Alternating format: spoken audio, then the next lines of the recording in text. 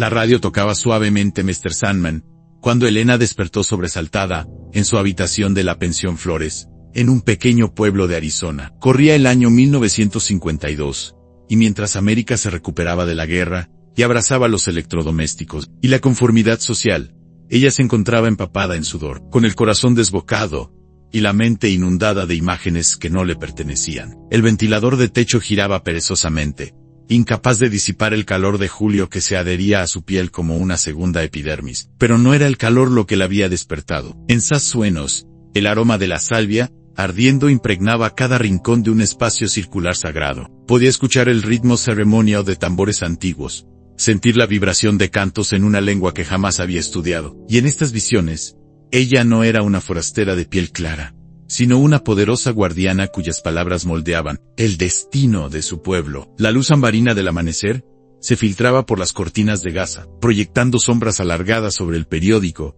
que había dejado sobre la mesa la noche anterior. El titular saltó a su vista: han descubiertos artefactos Apache en excavación cercana. Sus dedos, aún trémulos por el sueño, acariciaron las letras negras como si pudieran extraer de ellas algún significado oculto. Elena Blackwood nunca había encajado entre las jóvenes de su generación. Hija única de un profesor universitario de antropología y una madre obsesionada con las convenciones sociales, había crecido entre dos mundos contradictorios. Mientras sus compañeras del instituto soñaban con anillos de compromiso y cocinas equipadas con los últimos inventos, ella devoraba libros sobre culturas indígenas y arqueología, para desesperación de su madre, que guardaba meticulosamente recortes de anuncios de boda en un álbum, esperando el día en que podría incluir el de su hija. Se levantó con movimientos mecánicos y se acercó al espejo ovalado con marco dorado que colgaba en la pared. Su reflejo le devolvió la imagen de una mujer de 28 años, con ojos color ámbar demasiado intensos para su rostro de facciones suaves, y cabello castaño recogido en un moño bajo que comenzaba a deshacerse. No era el aspecto que se esperaba de una bibliotecaria respetable, pero tampoco le importaba. Con los dedos temblorosos, se dio la vuelta y apartó su cabello para examinar la base de su nuca. Allí, como siempre desde su nacimiento, la marca permanecía en una forma orgánica que semejaba dos espirales entrelazadas, del tamaño de una moneda pequeña. La tocó con la yema de los dedos y sintió un pulso bajo la piel, como si respondiera a su contacto. A través de la ventana abierta llegaban los sonidos del pueblo despertando al lechero, con sus botellas tintineantes, conversaciones fragmentadas, el motor de algún Cadillac atravesando la calle principal. Era un mundo de normalidad aplastante que contrastaba violentamente con el torbellino interior que la consumía. Sobre su escritorio, entre libros de antropología y cuadernos de notas meticulosas, descansaba la carta que había recibido hacía 3 días en el membrete oficial del pequeño museo local, y las palabras solicitud aceptada habían cambiado su vida. Después de meses de insistencia, le permitirían catalogar la nueva colección de artefactos Apache. No era un trabajo remunerado, trabajo voluntario apropiado para una señorita con inquietudes culturales, según había dicho el director con condescendencia, pero era su pasaporte hacia aquello que la llamaba desde sus sueños. Alina se vistió con cuidado, eligiendo una falda gris de corte sobrio y una blusa blanca, abotonada hasta el cuello. El decoro era su camuflaje en un mundo que apenas toleraba a una mujer soltera e independiente. Se recogió el cabello en un moño impecable y aplicó un toque de pintalabios discreto. La máscara social estaba completa. Al salir de la pensión, el calor del desierto la golpeó como una pared sólida. El cielo de Arizona se extendía sobre ella, de un azul tan intenso que resultaba casi doloroso. A lo lejos, las montañas se recortaban contra el horizonte, como guardianes silenciosos de secretos milenarios. Elena sintió que la observaban, que conocían su verdad antes que ella misma. El camino hacia el museo la llevó por las calles de un pueblo atrapado entre la tradición y el progreso. Escaparates que exhibían televisores junto a tiendas de ultramarinos, donde ancianos jugaban Alaj, mujeres con guantes blancos y sombreros elegantes, que la saludaban con una inclinación de cabeza, sin sospechar que bajo su apariencia convencional, latía un misterio tan antiguo como las tierras que pisaban. Al doblar la esquina, el pequeño edificio del museo apareció ante ella. Un letrero anunciaba la próxima exposición a la vida salvaje de los indios, en una terminología que revelaba toda la insensibilidad de la época. Elena apretó los labios, conteniendo una respuesta indignada que habría sido impropia de una señorita. En su lugar, apretó contra su pecho el cuaderno, donde había anotado las coordenadas exactas del yacimiento que visitaría esa tarde. Después de su trabajo en el museo, no sabía que aquel día, al tocar cierto amuleto de turquesa, guardado en una caja de donaciones sin catalogar, su vida cambiaría para siempre. Ni que el anciano que la observaba ahora desde el otro lado de la calle, con ojos que habían visto demasiado, murmuraba ya una antigua oración al reconocer en ella algo que ningún blanco podría comprender. Elena Blackwood, soltera, hija obediente y ciudadana ejemplar, estaba a punto de desaparecer. En su lugar nacería alguien más, alguien cuyo nombre verdadero estaba grabado en piedra, mucho antes de su primer aliento en este mundo. La campanilla de la puerta del museo anunció su llegada, marcando el final de una vida y el comienzo de otra. El eco metálico se propagó como una onda, alcanzando lugares que ella todavía no podía imaginar, despertando fuerzas que habían dormido durante generaciones. Fuera, el viento del desierto se levantó de repente, arrastrando polvo y susurros, en una lengua olvidada. El interior del museo era un refugio fresco y penumbroso contra el implacable sol de Arizona. Vitrinas polvorientas exhibían puntas de flecha, cerámica fragmentada y fotografías sepia de nativos con expresiones solemnes, todos etiquetados con descripciones simplistas que reducían siglos de cultura a curiosidades exóticas. Elena un suspiro mientras se dirigía hacia la oficina del director, donde la esperaba su primera tarea del día. Señorita Blackwood, el señor Guthrie la recibió sin levantar la vista de sus papeles. Hay una caja de donaciones que llegó.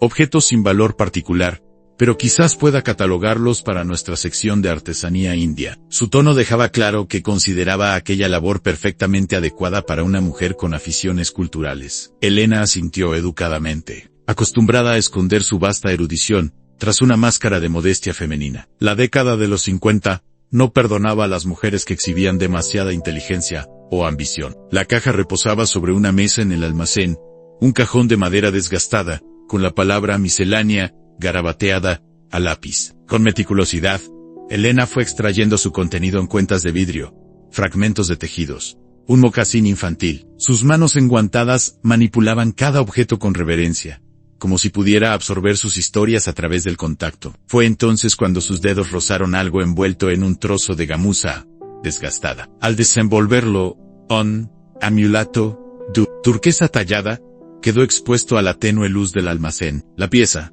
de forma ovalada, con intrincados diseños geométricos, parecía pulsar con vida propia. En su centro, un símbolo idéntico a su marca de nacimiento. El tiempo se detuvo. El murmullo del museo se desvaneció. Elena sintió que sus dedos se adherían al amuleto, incapaces de soltarlo. Un zumbido comenzó a crecer en sus oídos, mientras el suelo bajo sus pies parecía disolverse. Imágenes fragmentadas inundaron su mente en fuego ceremonial, montañas bañadas por la luz del amanecer, manos ancianas, pintando símbolos sobre piel joven, cánticos, en una lengua que entendía perfectamente, aunque nunca la había estudiado. Una voz de mujer, anciana y poderosa, resonó en su interior. Has regresado, Nayeli. Esperábamos. Cuando el director Guthrie y la señora Perkins, la guía turística del museo, entraron al almacén atraídos por el ruido de su caída, encontraron a Elena inconsciente en el suelo, su mano derecha, aferrando con fuerza sobrehumana, el amuleto de turquesa. «¡Santo cielo!», exclamó la señora Perkins, abanicando vigorosamente el rostro pálido de Elena. «Debe ser el calor, pobrecilla, o quizás esos nervios femeninos. Mi hermana sufre de lo mismo, especialmente en su época del mes». El director frunció el ceño, visiblemente incómodo con la mención a asuntos tan impropios. «Llamaré al doctor Simmons», decidió, ajustándose la corbata. «No podemos permitirnos escándalos en el museo». Desde la entrada del almacén, inadvertido por los blancos, un hombre anciano observaba la escena. Manos curtidas por el tiempo aferraban un bastón tallado con símbolos similares a los del amuleto. Sus ojos, negros y profundos como pozos de sabiduría ancestral, no mostraban sorpresa sino confirmación. Maquia, respetado anciano del pueblo apache que ocasionalmente trabajaba como guía para los arqueólogos del museo, había percibido la perturbación en el aire desde el momento en que Elena había tocado el amuleto. No era coincidencia que él estuviera allí ese día. Los sueños lo habían estado preparando durante meses, mientras la joven era atendida por el médico local en la pequeña enfermería del museo. Maquia permaneció en las sombras, observando. El doctor, un hombre rechoncho con gafas de montura metálica y maletín de cuero gastado, dictaminó su diagnóstico con la seguridad que otorgaba su posición en aquella época. Agotamiento nervioso, sin duda. Es común en mujeres solteras. Desierta, les recomendaría sedantes suaves, y quizás considerar un ambiente menos estimulante. La biblioteca parece un lugar más apropiado para una señorita de constitución tan delicada. Elena, ahora semiconsciente sobre el catre de la enfermería, escuchaba aquellas palabras como si vinieran de un mundo distante que ya no le pertenecía. Sus ojos, entreabiertos, buscaron instintivamente la figura que sentía en el umbral. Al encontrar la mirada de Maquia, un reconocimiento ancestral, cruzó entre ellos, como un relámpago silencioso. «Estoy bien», murmuró, incorporándose contra los deseos del médico. «Solo necesito aire». «Al menos permítame recetarle algo para los nervios», insistió el doctor, garabateando en su recetario. Las mujeres modernas se someten a demasiadas presiones impropias para su naturaleza. Elena guardó la receta en su bolso sabiendo que jamás la utilizaría. El amuleto, ahora seguro en el bolsillo de su falda, tras haberlo recogido discretamente, parecía latir contra su muslo, como un segundo corazón. Esa noche, en la soledad de su habitación en la pensión, Elena contempló el amuleto, bajo la luz de la lámpara. Las formas talladas en la turquesa parecían cambiar y fluir, contando historias en un lenguaje que ahora comenzaba a recordar. Lo presionó contra la marca de nacimiento en su nuca, y una corriente eléctrica recorrió su espina dorsal. Abrió su diario y comenzó a escribir con una caligrafía que no era la suya, en una lengua que nunca había estudiado. Los símbolos fluían de su mano, como agua de un manantial, largamente sellado. Cuando finalmente dejó la pluma, agotada, el alba comenzaba a teñir el cielo de púrpura y oro. A pocas millas de distancia en la reserva, Maquia encendía un fuego ceremonial antes del amanecer. A su lado, su nieta Taliela observaba con expresión conflictiva. Educada en escuelas gubernamentales, donde le habían prohibido hablar su lengua materna, Taliela se debatía entre dos mundos. ¿Por qué despertar? ¿Ceremonias olvidadas por una mujer blanca?, preguntó con amargura apenas contenida. ¿No nos han quitado ya suficiente? Maquia arrojó hierbas al fuego que crepitó y liberó un aroma dulce y terroso. No es una mujer blanca, respondió con la tranquila certeza de quien ha vivido lo suficiente para ver ciclos completos. Es Nayeli, la que regresa. La Q fue prometida. Esas son historias para niños, replicó Taliela, aunque un escalofrío involuntario recorrió su piel. Cuentos para consolarnos mientras nos roban nuestras tierras y nuestra dignidad. El anciano no respondió. Sus ojos, fijos en las llamas danzantes, veían más allá del presente, hacia un pasado que se curvaba para encontrarse con el futuro, como una serpiente que muerde su propia cola. Ella vendrá, dijo finalmente, y deberás decidir si serás su guía o su obstáculo. Mientras tanto, Elena se preparaba para su segundo día en el museo, sin saber que el director había decidido reasignarla a la biblioteca municipal tras el desafortunado incidente. Lo que nadie podía prever era que el llamado del amuleto ya había despertado fuerzas que no podían ser contenidas por las convenciones sociales de la América de posguerra. El desierto esperaban, las montañas vigilaban, y en el horizonte,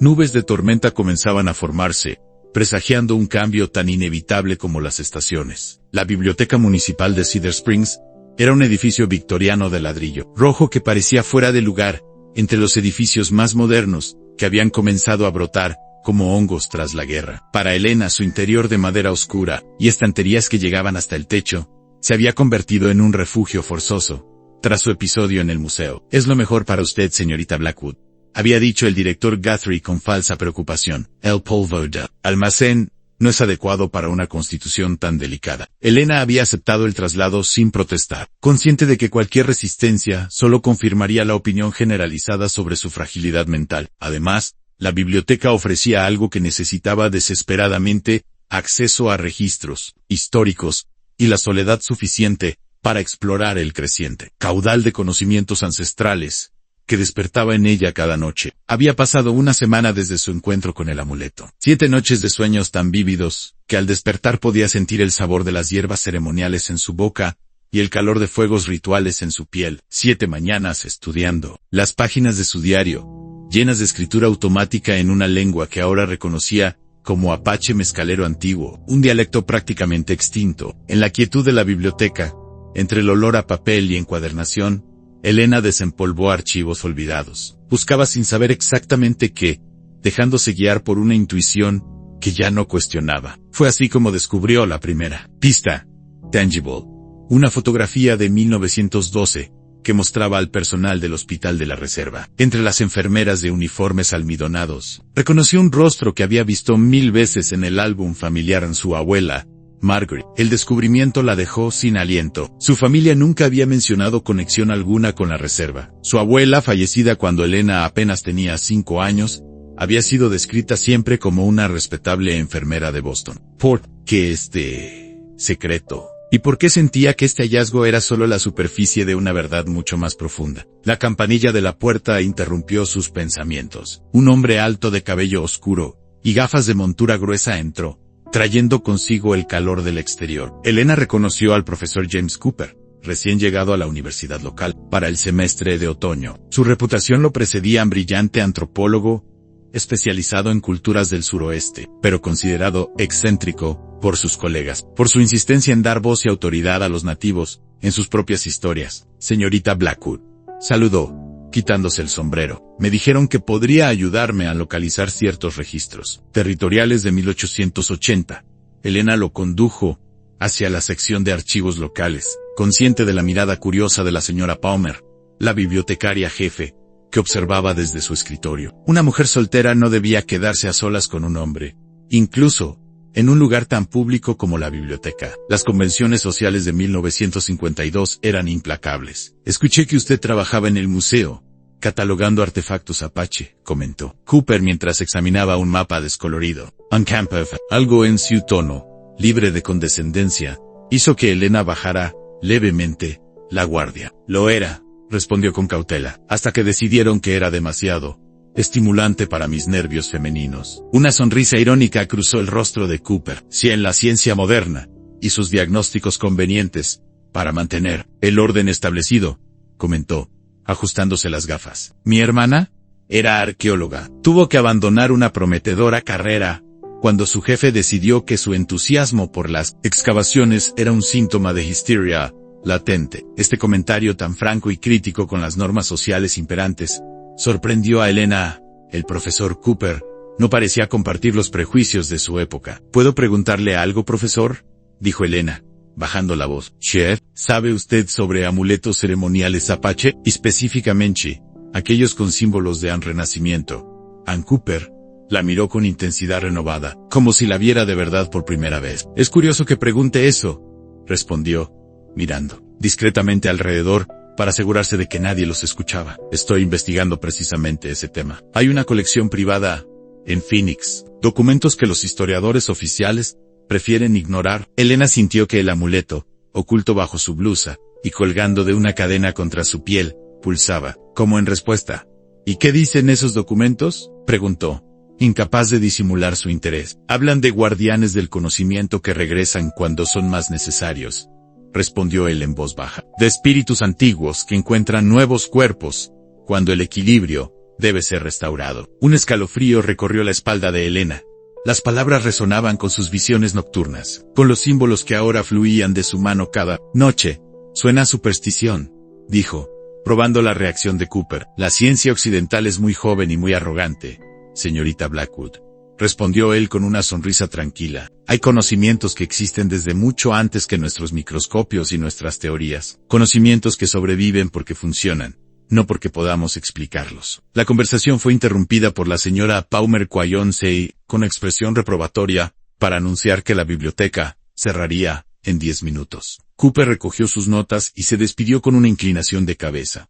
Pero antes de marcharse, dejó una tarjeta sobre la mesa. Si le interesa continuar esta conversación, estaré dando una charla informal en mi despacho el viernes, sobre tradiciones orales Apache y su preservación.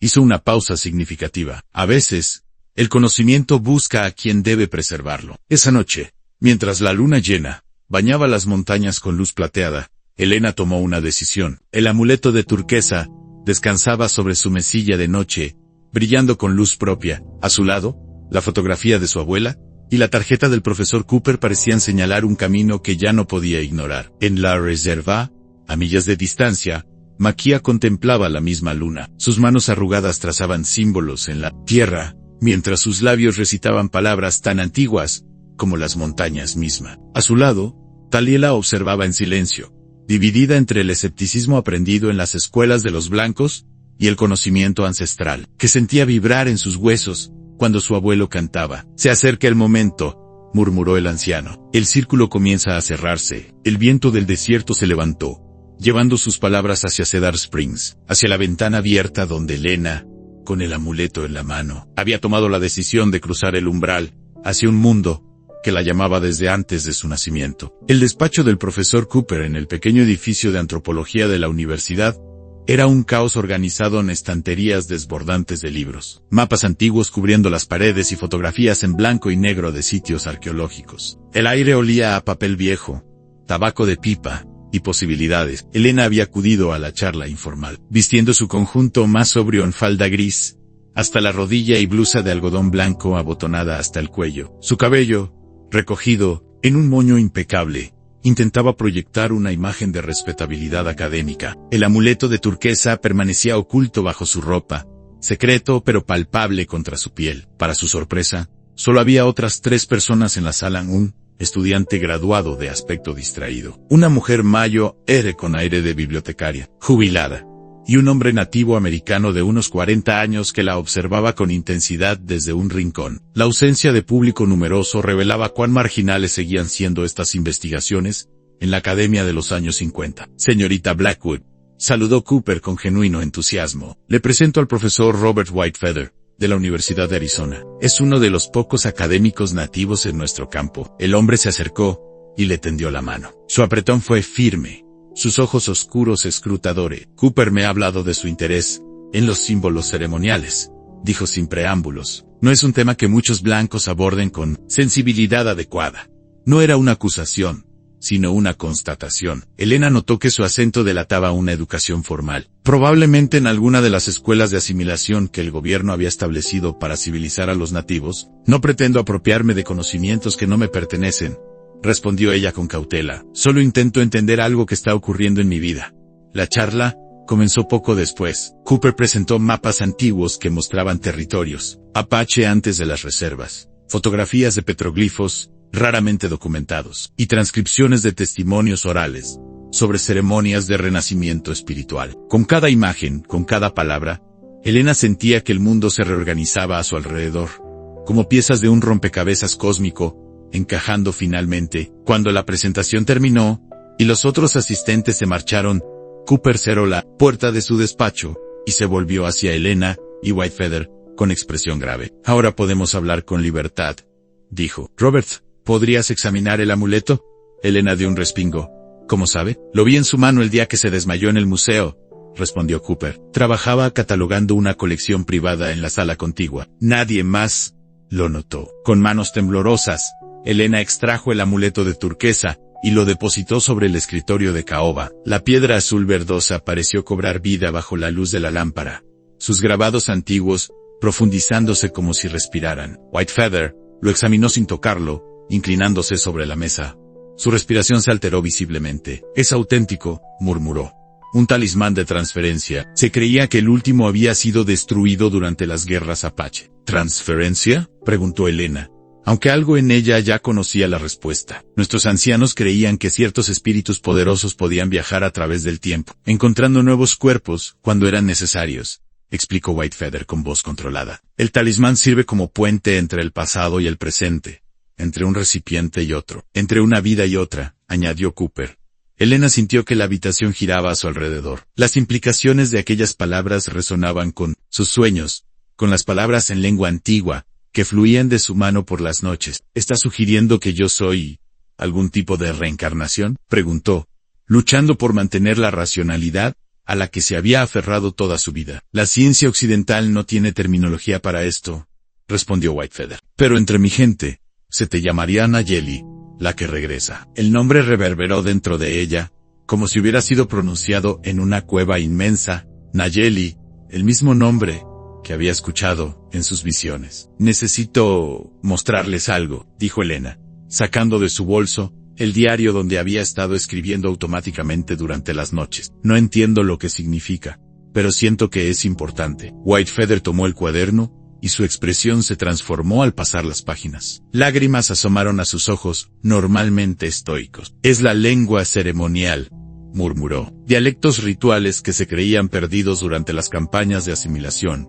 Oraciones, cantos, conocimientos medicinales. Levantó la mirada hacia Elena. ¿Usted nunca estudió nuestra lengua? Jamás, respondió ella con sinceridad. Ni siquiera sabía que existía una conexión entre mi familia y la cultura apache, hasta que encontré una fotografía de mi abuela, trabajando en la reserva. Cooper y Whitefeather intercambiaron miradas significativas. Hay algo más que debería ver, dijo Cooper, extrayendo una carpeta de un cajón cerrado con llave. Encontré esto en los archivos del hospital de la reserva. No está catalogado oficialmente. Era un informe médico fechado en 1923.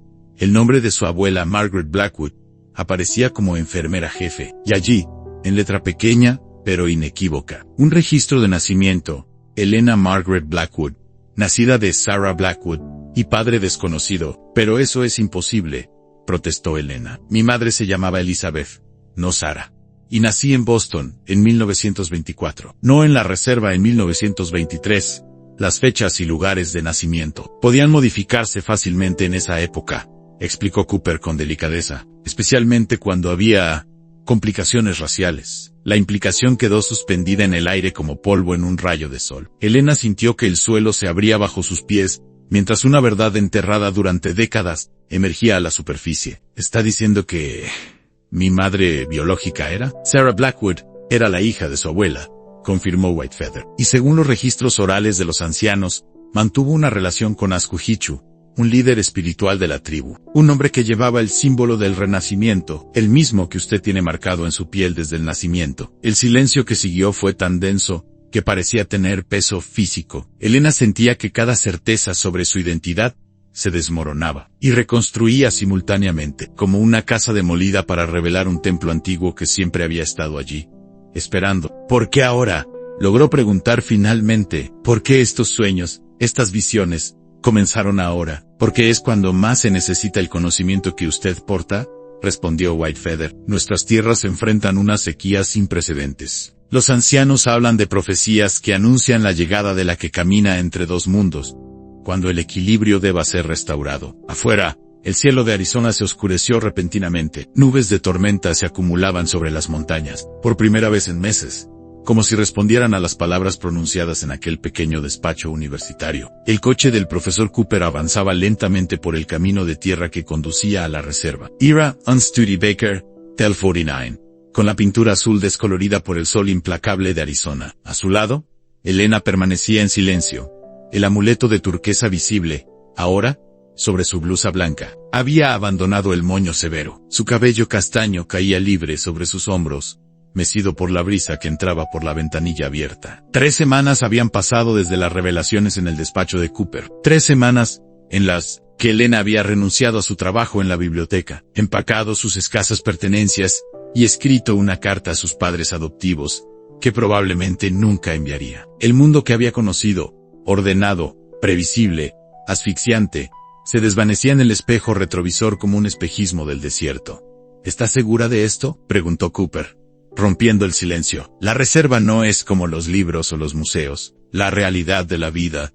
Allí, tengo que hacerlo, interrumpió ella con una tranquilidad que sorprendió a ambos. No es una elección, Ann retornó. Las primeras gotas de lluvia comenzaron a golpear el parabrisa. Después de meses de sequía devastadora, el cielo finalmente se abría sobre las tierras resecas. No era una tormenta violenta, sino una llovizna persistente, que penetraba en la tierra sedienta, despertando semillas dormidas y aromas olvidados. La entrada a la reserva estaba marcada por un simple letrero metálico y una barrera que un hombre, joven con uniforme de la Oficina de Asuntos Indígenas, levantó tras examinar los documentos que Cooper le mostró, un permiso especial para investigación académica, obtenido gracias a la influencia de Whitefeather. El contraste con Cedar Springs era brutal, donde el pueblo blanco exhibía casas de madera pintada y negocios prósperos. La reserva mostraba viviendas de bloques de cemento y techos de chapa, construidas por el gobierno sin consideración por las tradiciones o necesidades reales de sus habitantes. Algunas familias mantenían hogans tradicionales junto a las estructuras modernas, como un acto de resistencia silenciosa. Niños con ropa gastada, pero limpias, jugaban bajo la lluvia. Sus risas, un contrapunto perfecto al ritmo de las gotas sobre la tierra roja. Ancianas con rostros arrugados, como la corteza de árboles centenarios, observaban desde las puertas, sus ojos oscuros registrando cada detalle de los visitantes. Cooper detuvo el coche frente a una casa diferente a las demás, construida parcialmente, con piedra local y madera. Combinaba elementos tradicionales con practicidad moderna. Un pequeño huerto ocupaba el lateral, y hierbas medicinales colgaban a secar bajo el porche cubierto. La casa de Maquia, explicó Cooper, el anciano que vio en el museo, es respetado como guardián de conocimientos tradicionales. Si alguien puede guiarla en este camino, es él. Antes de que pudieran salir del coche, la puerta de la casa se abrió. Maquia apareció en el umbral, como si hubiera estado esperando su llegada. A su lado, una mujer joven con expresión arisca los observaba, con brazos cruzados. Antaliala, su nieta, vestida con jeans y camisa de franela, su pelo negro recogido en una trenza apretada. Elena sintió que el amuleto pulsaba contra su piel mientras descendía del vehículo. La lluvia suave mojaba su rostro, mezclándose con lágrimas que no había notado derramar. Sus pies tocaron el suelo de la reserva y una corriente eléctrica pareció ascender por sus piernas, conectándola con la tierra de sus ancestros. Yajatee, Nayeli, saludó Magia en apache, haciendo un gesto para que se acercara.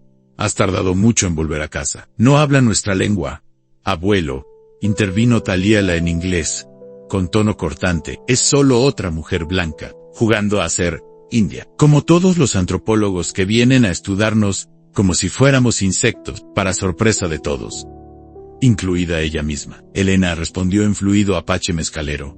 El camino de regreso es siempre más largo que el de partida.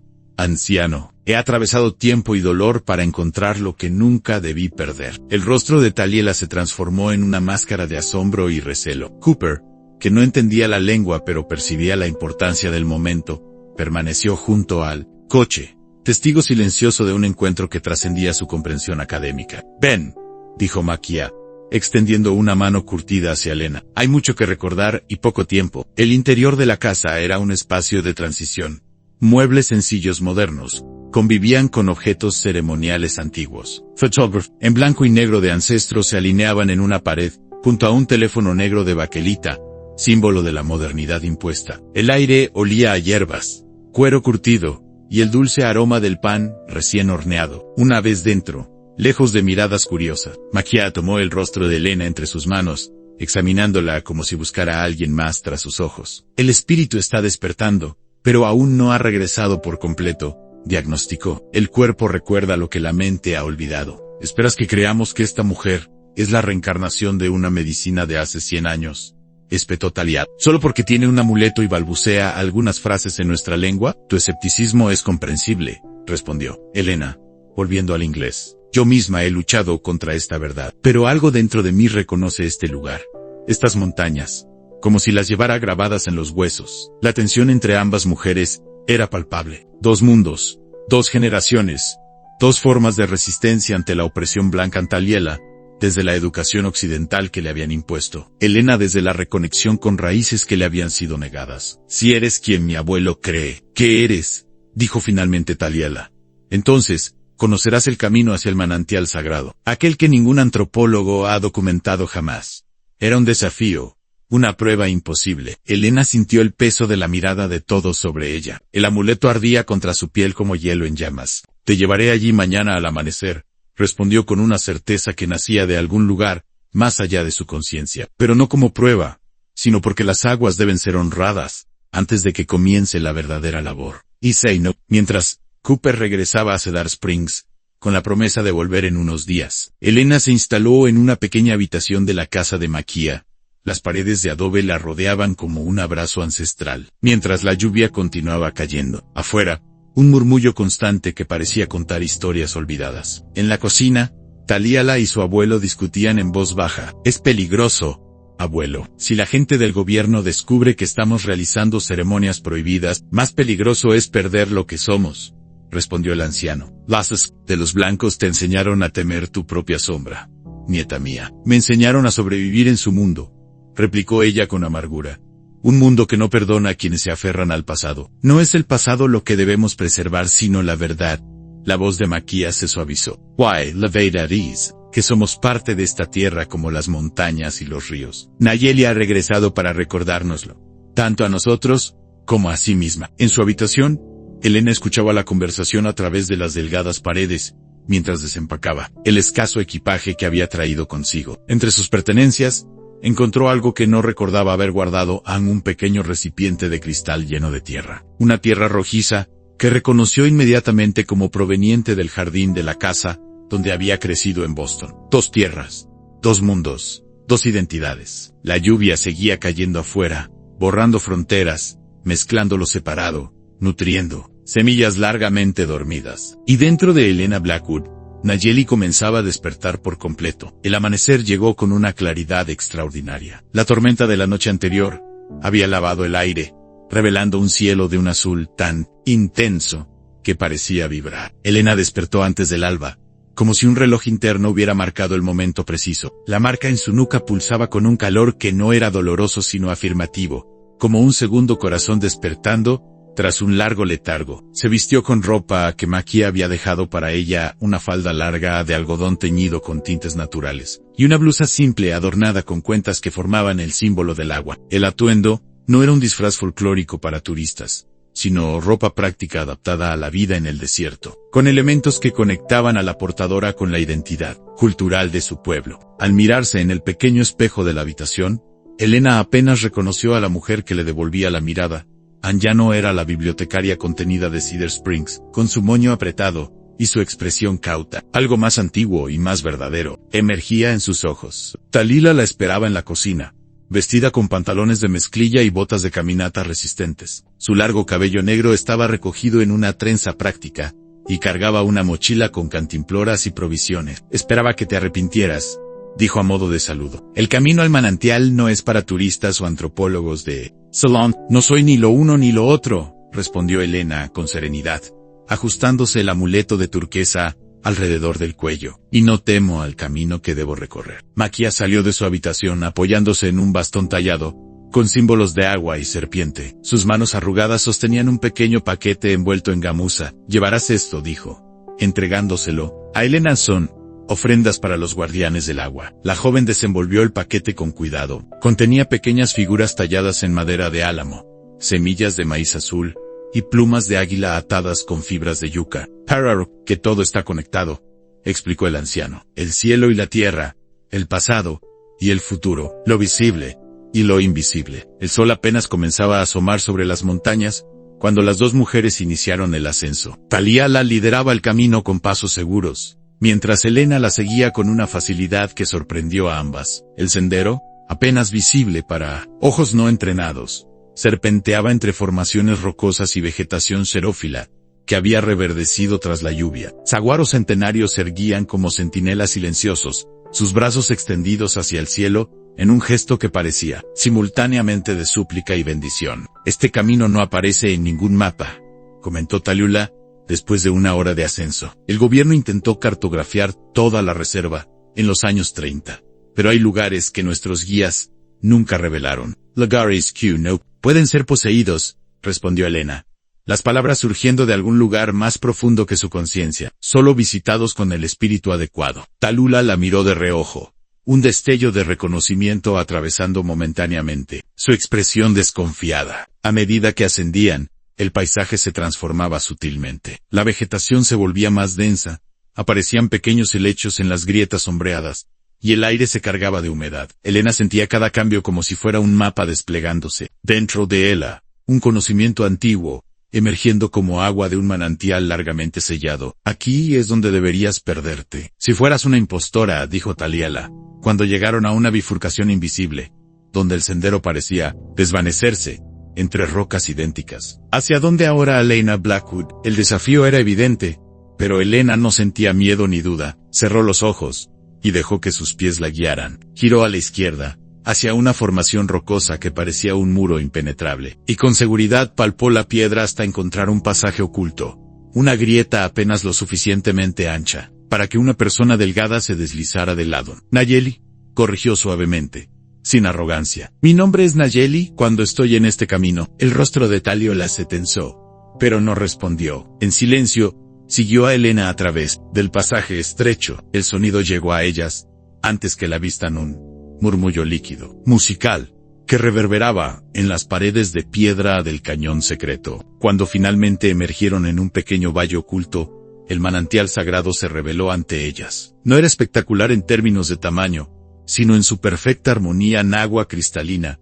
Emergía de una grieta en la roca roja, formando un estanque poco profundo, rodeado de vegetación exuberante, que contrastaba dramáticamente con el desierto circundante. Antiguas pinturas rupestres decoraban las paredes del cañón, contando historias de agua, vida y renovación. Es exactamente como en mis sueños, susurró Elena, arrodillándose junto al borde del estanque. Cualquiera podría haber visto fotografías, respondió Taliela, aunque su voz carecía de la dureza anterior, o escuchado descripciones. Ninguna fotografía existe de este lugar, dijo Elena con certeza, y su belleza trasciende las palabras. Con movimientos que parecían ensayados durante siglos, dispuso las ofrendas de maquia en puntos específicos alrededor del manantial, a las figuras talladas mirando hacia los 4 puntos cardinales, las semillas formando un círculo perfecto, las plumas vibrando suavemente con la brisa que circulaba en el cañón, como un aliento viviente. Luego, sin que nadie se lo indicara,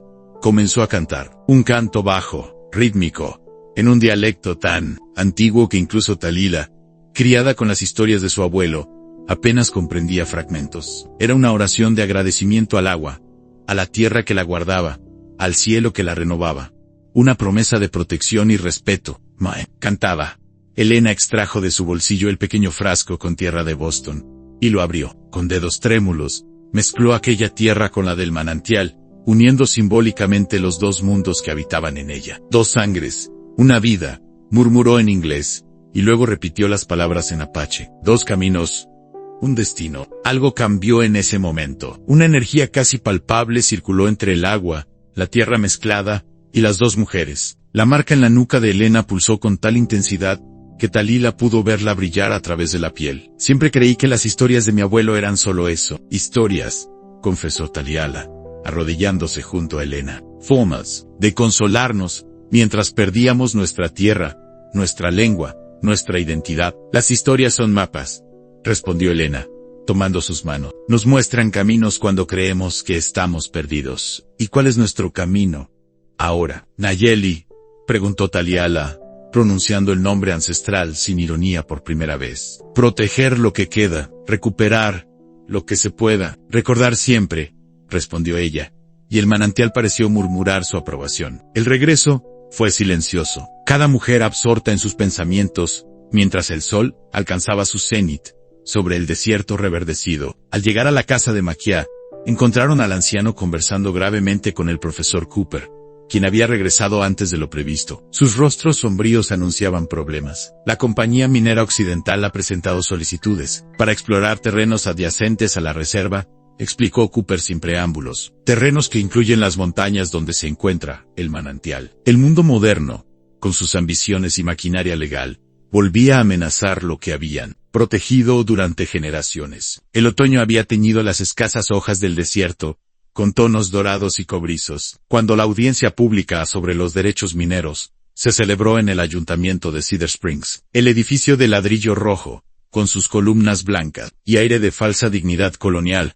nunca había acogido a tantos miembros de la comunidad apache, ancianos con rostros solemnes, madres con niños silenciosos, jóvenes con una mezcla de recelo y determinación en la mirada. En primera fila se sentaba una mujer que ya no era completamente Elena Blackwood, pero tampoco era totalmente Nayeli. Vestía una falda larga color tierra y una blusa blanca con un chal tejido a mano sobre los hombros. El amuleto de turquesa brillaba sobre su pecho, ya no como un objeto extraño, sino como una parte integral de su ser. A su lado, Taliela repasaba documentos con expresión concentrada, mientras el profesor Cooper y Robert Whitefeather discutían en voz baja estrategias legales. Los 3 meses transcurridos desde el descubrimiento de la amenaza minera habían sido de trabajo incesante. Días de investigación en archivos polvorientos, noches de ceremonias bajo las estrellas, horas interminables documentando la importancia cultural y ecológica de las tierras amenazadas. La biblioteca de Helena se había convertido en el centro de operaciones de una resistencia pacífica,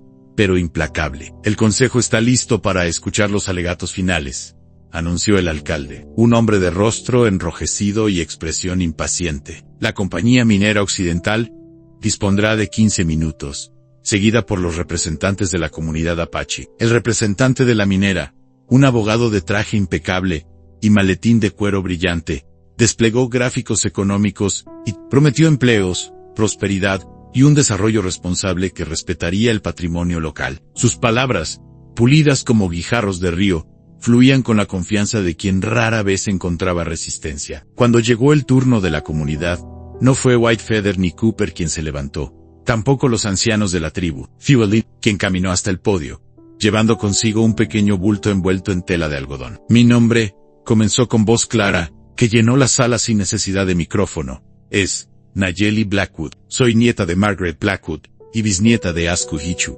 guardián de conocimientos de la nación apache. Vengo ante ustedes no solo como investigadora, sino como guardiana de una verdad que trasciende los papeles y los títulos. Unmur recorrió la sala. Muchos conocían a Helena como la bibliotecaria solitaria, la mujer extraña que había abandonado la respetabilidad de Cedar Springs para vivir entre los indios. Su transformación era evidente, no solo en su vestimenta, sino en la autoridad tranquila que emanaba de ella. Con movimientos deliberados, desenvolvió el bulto sobre el podio, revelando el diario donde había documentado no solo las visiones y conocimientos ancestrales, sino también evidencia histórica en mapas antiguos, que mostraban el territorio como tierra sagrada mucho antes de la llegada de los colonos.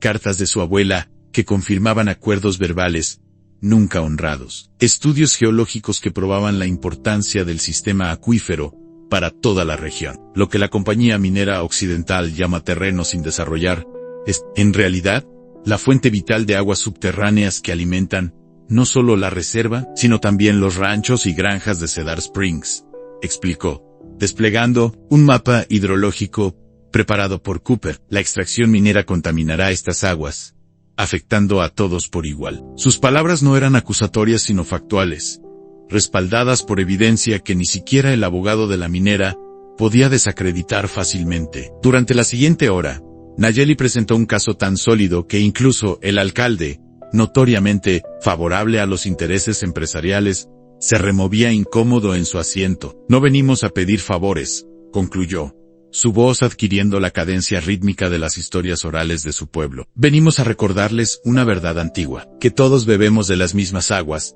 respiramos el mismo aire, y compartimos la misma tierra. Lo que dañe a una parte, eventualmente dañará al todo. Al regresar a su asiento, Taliela apretó su mano brevemente, un gesto de solidaridad que habría sido impensable meses atrás. La joven apache, educada en el mundo de los blancos pero arraigada en su herencia, había encontrado en Nayeli no una usurpadora sino una aliada, un puente entre mundos que ella misma había intentado reconciliar toda su vida. La decisión del Consejo Municipal, anunciada 2 semanas después, fue inesperada, una moratoria de 5 años sobre cualquier actividad minera en la región, pendiente de estudios medioambientales exhaustivos. No era una victoria definitiva, pero ofrecía tiempo para fortalecer alianzas, documentar conocimientos y encontrar protecciones legales más permanentes. La escuela comunitaria de la reserva bullía de actividad mientras los niños se reunían para la ceremonia de clausura del año escolar. El edificio,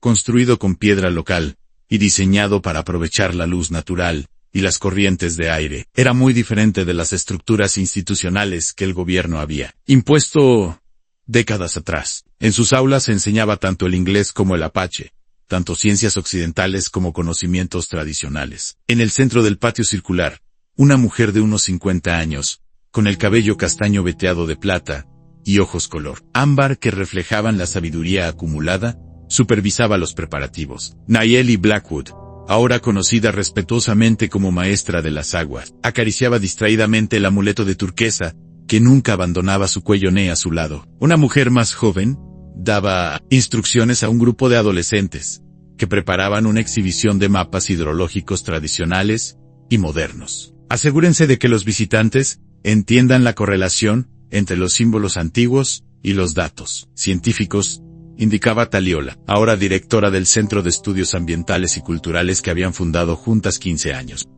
La relación entre ambas mujeres había evolucionado desde la desconfianza inicial hasta una complicidad que trascendía la amistad convencional. No eran exactamente amigas, ni familia en el sentido tradicional, sino guardianas de un legado compartido, cada una aportando fortalezas complementarias a Nayeli, con su conexión profunda con los conocimientos ancestrales, Taliola con su dominio de las herramientas legales y científicas del mundo moderno. Entre los estudiantes más jóvenes destacaba una niña de unos 12 años, con la piel color caramelo y ojos oscuros chispeantes de inteligencia. Sarah, la hija adoptiva de Taliola, portaba sobre su pecho un pequeño colgante de turquesa, réplica, en miniatura del amuleto de Nayeli. Maestra, llamó la niña, acercándose con un cuaderno abierto.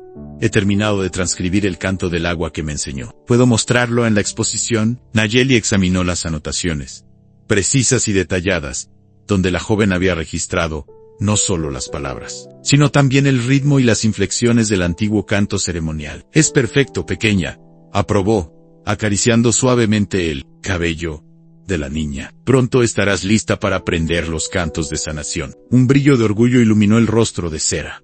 No todos los niños mostraban afinidad por los conocimientos tradicionales, en una época dominada por pantallas y distracciones inmediatas. Pero en ella, Nayeli reconocía la misma sed de conocimiento, la misma conexión instintiva con lo ancestral que ella misma había experimentado. La ceremonia comenzó al atardecer, cuando el sol proyectaba largas sombras doradas sobre las montañas que habían protegido juntos. Visitantes de comunidades vecinas, tanto apache como blancos, se reunieron para celebrar no solo el fin del año escolar, sino el aniversario de la creación de la reserva acuífera protegida, el resultado final de aquella batalla iniciada 25 años atrás. Mientras Nayeli recitaba la bendición tradicional, su mirada se cruzó con la de Robert Whitefeather, ahora un anciano respetado que había regresado para la ocasión. Junto a él, el profesor Cooper, con el pelo completamente blanco, pero los ojos tan vivos como siempre, asentía con aprobación. Ambos hombres, aliados desde el principio, habían seguido sus propios caminos,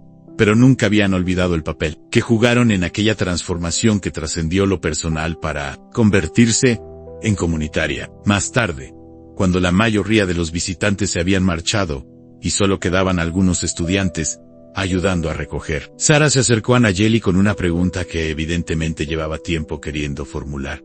Maestra, ¿cómo supo que era usted quien debía proteger las aguas? ¿No tuvo miedo de equivocarse? Nayeli sonrió, reconociendo en la pregunta los mismos temores y dudas que ella había enfrentado en su juventud. El miedo siempre está presente cuando escuchamos el llamado de nuestro verdadero ser. Pequeña, respondió, guiando a la niña hacia el pequeño estanque ceremonial que ocupaba el centro del patio escolar. Pero más terrible que ese miedo es el silencio que sigue cuando decidimos ignorar la voz de nuestra sangre. Se arrodilló junto al agua cristalina, invitando a Sarah a hacer lo mismo. Sus reflejos se fundieron en la superficie ondulante en la mujer mayor, cuyo camino estaba casi completo, la niña cuyo sendero apenas comenzaba a revelarse. No eres solo Sarah, ni solo la hija adoptiva de Taliola, continuó Nayeli con voz suave. Eres un eslabón en una cadena ancestral, una guardiana en formación, un puente entre lo que fue y lo que será. La niña contempló su reflejo, con nuevos ojos, como si viera por primera vez, no solo su rostro individual, sino todos los rostros que la habían precedido, y todos los que vendrían después. ¿Y si no soy lo suficientemente fuerte?, preguntó en un susurro.